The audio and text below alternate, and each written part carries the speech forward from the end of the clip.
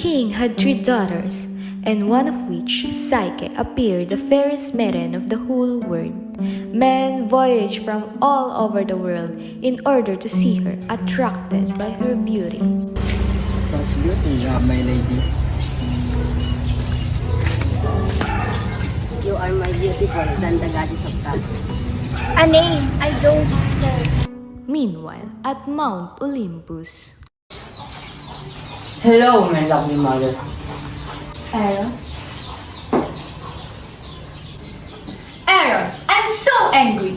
Look at my temple. Not a soul stands to worship. I need you to complete the task for me. Ending for my lovely mother. That horrible creature, Psyche, has stolen my admirers. All the men of the world are blind to the gods. What do you propose we do about it? I have a plan. Here's what you must do. You shall use your power to have Psyche fall in love with the most vile, despicable pig of man. Okay, my lovely mother.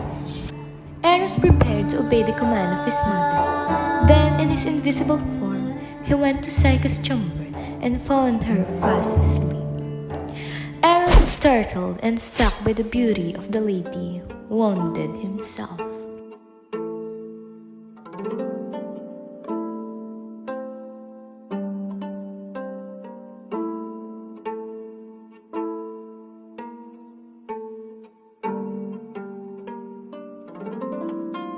And then, Eros goes to Apollo and asks for his help.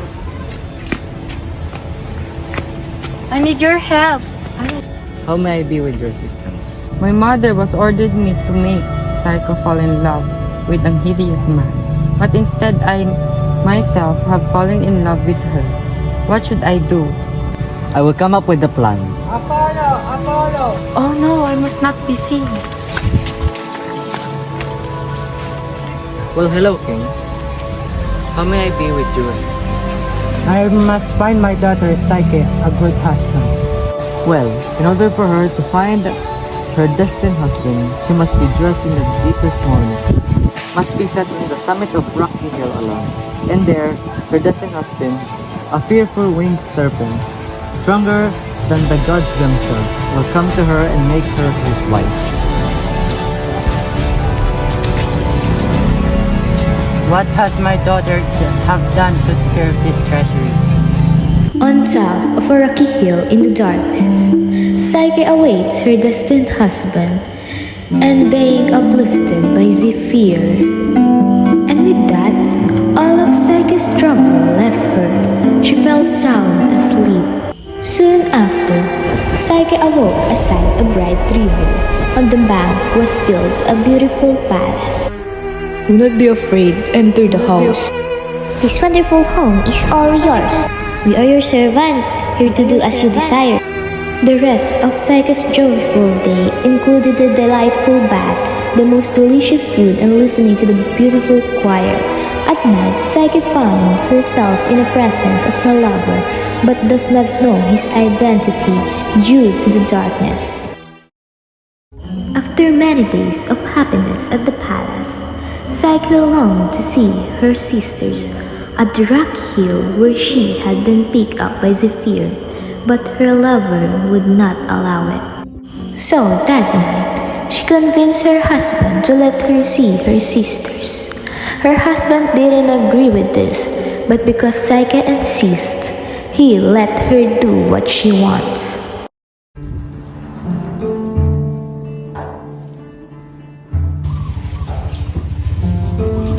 So, where is your husband? He went hunting. He only comes home at night. Really? So he is a hunter. Tell us a bit more about him. What does he look like? There is so much to tell. I'm sure you have so much to tell. You've been living with him for quite some time. Yes, I'm sure you're happy with him.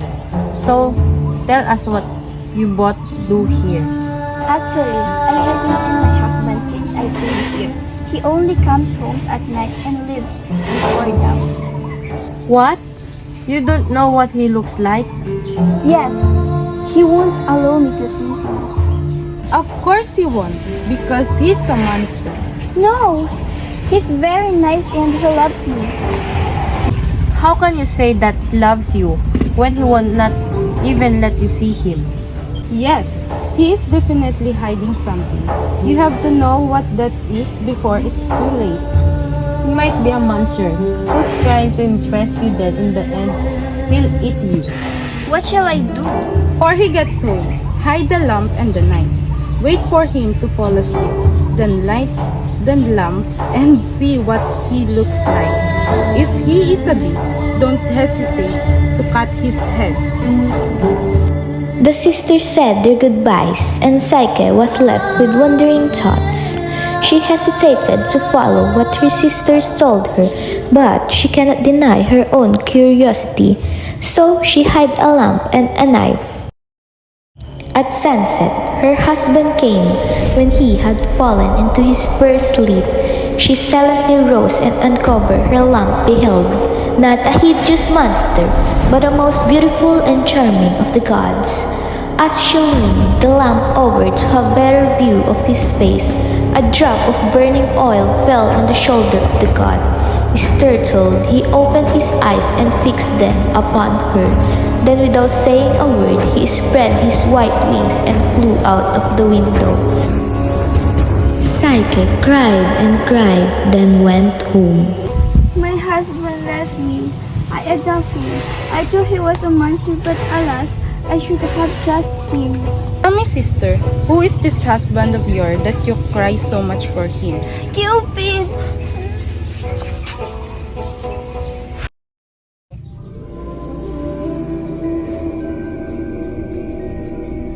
Let's go. Get the treasures that we saw in her palace. Maybe we'll see Cupid also. I hope so. We can have everything on our own. Maybe he'll even choose one of us.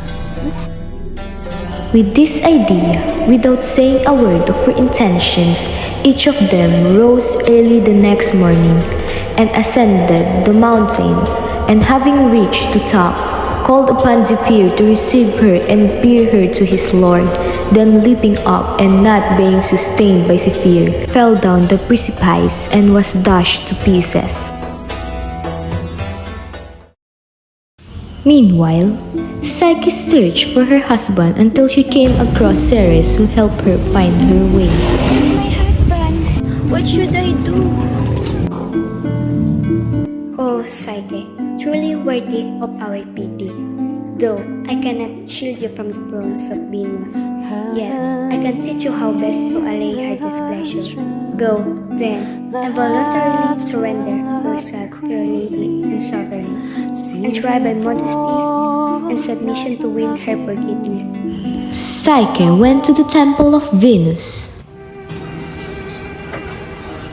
Venus, I have come here to offer myself as a servant for you to make up for my wrongdoings. You think that I will let you be my servant? Please, let me right this wrong. I will show my good will by training you by giving you various tasks. Psyche is ordered to do 2 difficult tasks, but the creatures take pity on her and aid her, allowing her to complete each of them. I have finished the task you have given me. How did you complete them so fast? Well, never mind. Here's another. There's a box. It contains Persephone beauty. Get it from me. She lives underworld. As Psyche walks on the road to Hades, a friendly guide offers her directions. How lucky you are to be ordered to go to the underworld. I came to help you. Go through this cave so that you won't meet any danger on the way. But I warn you, when Persephone returns the box to you, never ever look inside. And then Psyche followed the cave. Who goes there? My name is Psyche, wife of Cupid, the son of Venus. What is do you need from me? My mistress Venus desires you to send her a little of your beauty, for intending her sixth son, she has lost of some of her own.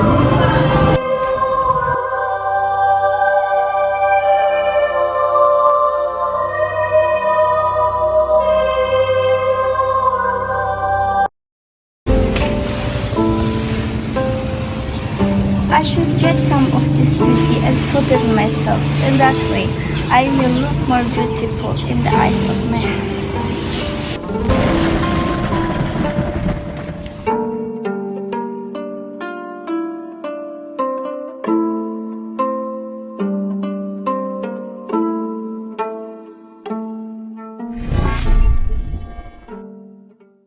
Oh, Psyche, you are too curious for your own good.